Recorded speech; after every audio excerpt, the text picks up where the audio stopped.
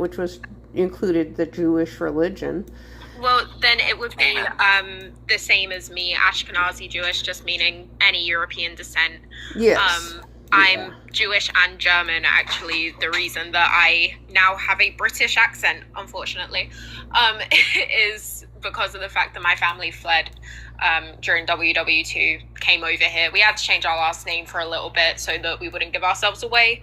But yeah, we fled here. Well, obviously I say we. My family fled here. I think they all did, because when they came to the United States, they put them in residential schools and stripped away their real identities. I think they did that with... Whoa. You just keep saying shit you don't know is true. Well, yes, I do. I know it from reading documents. Residential school? What is a residential A residential school is where they place children so that they can learn another language. What children? The children that migrated from the foreign nations to the United States. Wrong. Residential schools for indigenous people, Bo. Indigenous to North America. Do you need me to educate you on this a little bit? They were for indigenous people. That's why we're currently unburying the bodies of our children. What I will say, though, is that there were, quote-unquote, holding facilities, which were basically just concentration camps.